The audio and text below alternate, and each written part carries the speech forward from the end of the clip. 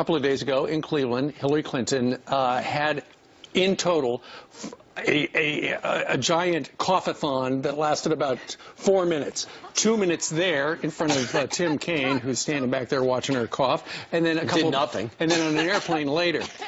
This was a big story on Drudge and other outlets. However, the mainstream media, not so much. We asked our brain room to do some checking into the first 2 nights, Monday and Tuesday. How much did they cover that? The coughing fits? 15 seconds on ABC on Monday night, nothing on Tuesday. Look, NBC didn't cover it at all. CBS didn't cover it at all either. And